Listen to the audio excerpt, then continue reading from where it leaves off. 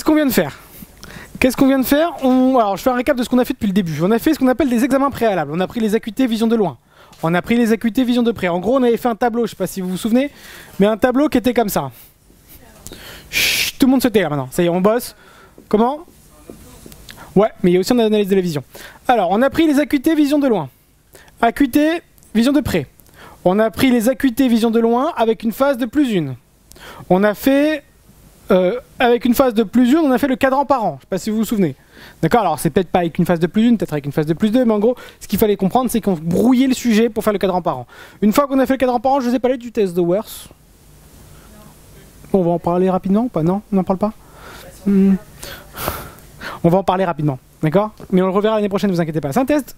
Worth, qu'est-ce qu'il a dit? Worth, c'est un mec, qu'est-ce qu'il a fait? Il a créé un test qui ressemble à ça. Il y a la fusion. Imaginons qu'il y a la fusion, ce qui est assez courant. Il y a dans ce test-là, en plus, une chose qu'on peut savoir, c'est ce qu'on appelle l'œil dominant. Alors, il existe... Voilà. Attention, parce qu'il y a beaucoup de quiproquos là-dedans. Il existe 3 différents yeux. Bien qu'on n'en ait que 2, il y a 3 différents types d'yeux. Il y a l'œil dominant, il y a l'œil directeur, et il y a l'œil fixateur. C'est 3 choses complètement différentes, que tout le monde confond. Mais on a de la chance, vous êtes en première année, donc normalement les 2 autres, ils vous disent rien du tout. L'œil dominant, qu'est-ce que c'est? On a 2 yeux, ils sont pas faits exactement de la même manière, et il y en a toujours un des 2, ouais, bah oui, forcément, c'est l'œil dominant, qui domine l'autre, mais dans quelle manière? C'est, il impose la couleur au couple oculaire. Ça veut dire que vos 2 yeux n'ont pas les mêmes nuances de couleur. Il y en a un qui est un peu plus clair que l'autre, par exemple. Vous avez, je ne sais pas si vous avez déjà fait ça, vous prenez vos 2 yeux, vous fixez un mur, il y a une certaine différence de couleur entre les 2. Concrètement, c'est ça. Il y en a un qui est toujours plus clair que l'autre. Quand il y a la fusion des 2 yeux, il y en a un qui va dire au couple oculaire, c'est ma couleur qui va prédominer, qui va dominer pour tout le monde ou pas? Ouais. Donc, qu'est-ce qui va se passer? Je vais dire au sujet, alors ne bougez pas, je vais mettre plus 0,25. Et je vais vous reposer la même question. Est-ce qu'il y a une des 2 lignes de lettres qui sont plus nettes que l'autre? Qui est plus nette que l'autre? Et là, forcément, qu'est-ce qui va se passer? Bah, comme les 2 images sont au même endroit, il va me dire non, c'est aussi flou l'un que l'autre. Il n'y en a pas une qui est mieux que l'autre. Vous comprenez l'idée? Et une fois que j'ai trouvé ce qu'on appelle l'équilibre bioculaire, donc en gros j'ai trouvé un équilibre, je sais que les 2 images sont au même endroit au même moment, même si elles sont toutes les 2 devant la rétine. Donc en gros j'ai réussi à trouver un équilibre entre les 2. Qu'est-ce que je vais faire? Eh bien je vais débrouiller. Je vais débrouiller toutes les 2 en même temps, de la même valeur, pour les ramener ensemble sur la rétine. Et j'aurai trouvé ce qu'on appelle l'équilibre binoculaire, où j'aurai les 2 images au même endroit, au même moment, sur la réponse à l'aide d'un schéma de l'œil, de l'image rétinienne et de l'extériorisation. Donc vous devrez à chaque fois montrer qu'en fait, qu'est-ce qui se passe dans l'œil, la configuration est comme ça. On a donc une image rétinienne comme ça, une extériorisation, ce qui fait que les préférées sont les horizontales. On va vous dire ok, on sait maintenant que c'est les horizontales. Si c'est les horizontales, ça veut dire que l'image est derrière la rétine.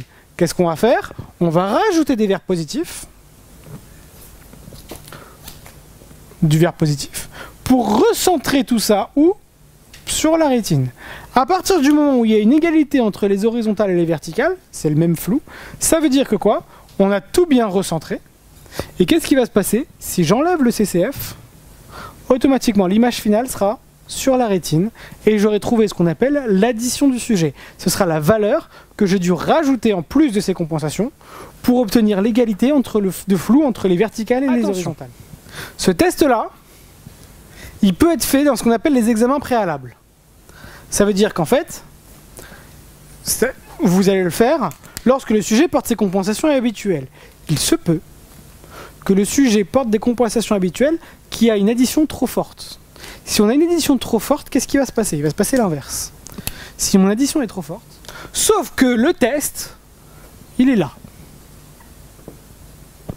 Donc forcément, comme le test n'est pas dans son parcours d'accommodation, qu'est-ce qui se passe? Il le voit flou. Qu'est-ce que nous on va faire? On va rajouter des verres positifs. On va rajouter des verres positifs, donc une sorte d'addition. Et qu'est-ce que ça va avoir comme effet? De prendre le parcours d'accommodation et de le déplacer dans ce sens-là. D'accord? C'est comme de l'accommodation en fait. Hein. Donc on déplace son parcours d'accommodation, et à partir du moment où le sujet me dit quoi? Je vois le test net, ça veut dire quoi? Ça veut dire qu'on a placé PP à la place du test, donc à 40 cm. C'est un exercice qui est complètement différent. Donc vous refaites votre chaîne d'image qui va être complètement différente.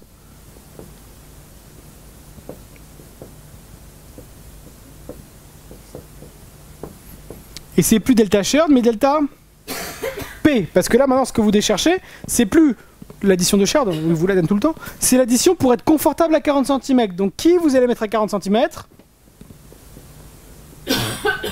C'est P, exactement. D'accord? Et ensuite, vous connaissez RL qui est à l'infini. Vous connaissez ALconf et ALmax. Vous pouvez trouver CL et PL grâce à ALconf et ALmax. Une fois que vous avez CL, vous avez CP et CL, vous n'avez plus qu'à trouver qui? Delta P. Et vous avez toute l'addition et vous faites le parcours d'accommodation de manière classique, comme on a d'habitude. Je ne sais pas si vous vous souvenez, mais avant, je vous disais quoi? Je vous donnais ALmax et vous me faisiez le parcours d'accommodation VL et VP. Là, on ne vous donne pas ALmax, c'est à vous de le trouver. Mais une fois que vous l'avez trouvé, l'exercice, c'est le même que d'habitude.